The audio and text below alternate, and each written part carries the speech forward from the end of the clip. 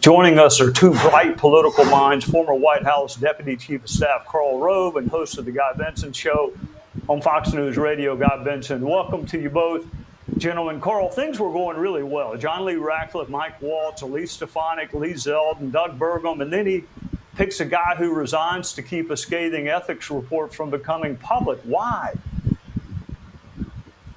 Well, there are two ways to answer that. One is we don't know why the president chose him. We know why Gaetz wanted to be chosen, and that was he wanted to avoid having this report issued.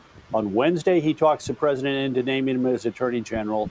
That allows him to immediately resign and stop the publication of the Ethics Committee report on Friday because no longer being a member of the House Ethics Committee has no authority over him. So think about it. I think this is really sort of cynical. He's nominated by 47. He immediately resigns to stop the report. What's going to happen from there?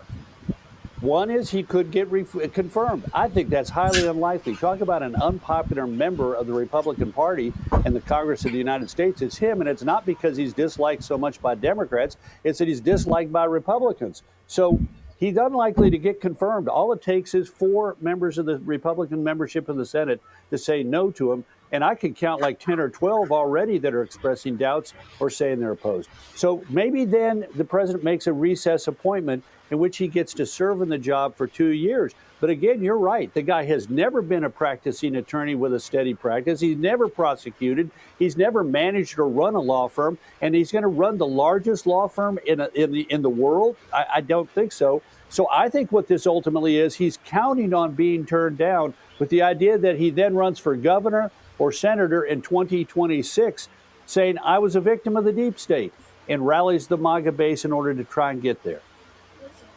Yeah, well, that's not going to work if that ethics report comes out. Guy, there's a debate waging now between letting advice and consent work or using recess appointments. Both are in the Constitution, although advice and consent is usually preferred by conservatives, no? Well, sure. I mean, it's the constitutional duty of U.S. senators to advise and consent. And I think a lot of viewers are probably saying, well, hang on just a second. Donald Trump just won this election. He won the popular vote. He did all these things that people said he would never be able to do. Doesn't he have a mandate? Doesn't he have an agenda? Shouldn't Republicans do everything they can to help him? And I think that's a fair point in a lot of ways. And I think it's important to affirm that. At the same time, Donald Trump getting elected does not mean that the 100 members of the Senate were not also elected separately, independently. And they have a job to do here. They have to look at, as has happened for centuries, look at the personnel put forward by the president, who I think absolutely deserves broad deference for the most part, but they have to make some choices. Presidents don't always get every single thing that they want. And if Wall Street Journal and other reporting is to be believed, there are potentially between a dozen and several dozen Republican senators who are either leaning no or would be no on this particular nominee.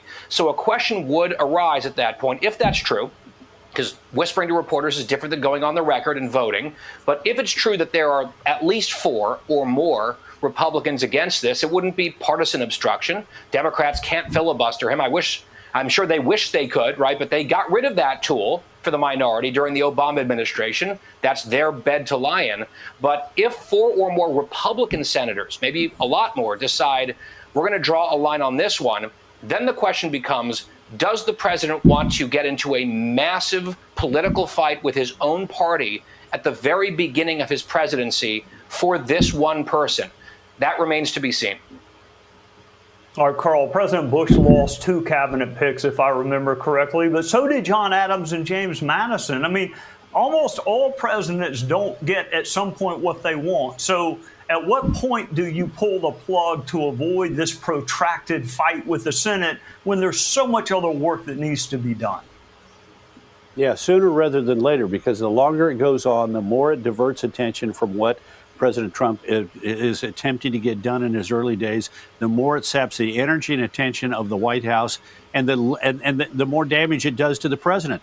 I understand Representative Gaetz is telling people whom he's talking to about the confirmation fight that he expects the report to come out and is not worried about it.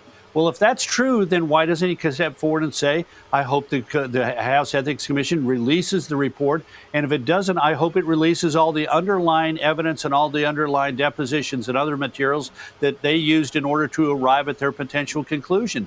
If it really is not harmful, if he thinks it's going to help him, then let's have it all put out there, because it will come out. There's no ifs, ands, or buts about that. The attorneys representing some of the women involved have already said that they supplied the underlying evidence and their clients are willing to step forward. This could be very harmful. It'd be one thing if this guy had a reputation as, one, an extraordinarily gifted legislator, two, a tremendously gifted trial attorney, a proven prosecutor, somebody who had managed a big law firm and had demonstrated legal ability. But no, he has none of those attributes. In fact, he has a reputation on the floor of the House for having shown pictures of his conquest to his fellow members. So if that's the best you can do, you're not going to get confirmed.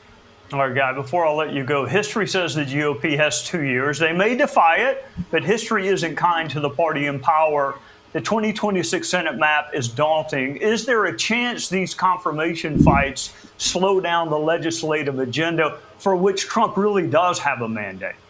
It's possible. It depends on who the nominees are. And what committees they're going through. Judiciary is going to have a lot to do with immigration, for example, and they're also the people who are going to have to hold the hearings on Gaetz.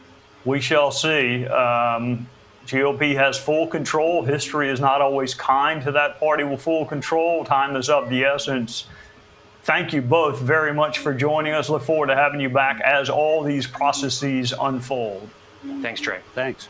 Hey, Sean Hannity here. Hey, click here to subscribe to Fox News YouTube page and catch our hottest interviews and most compelling analysis.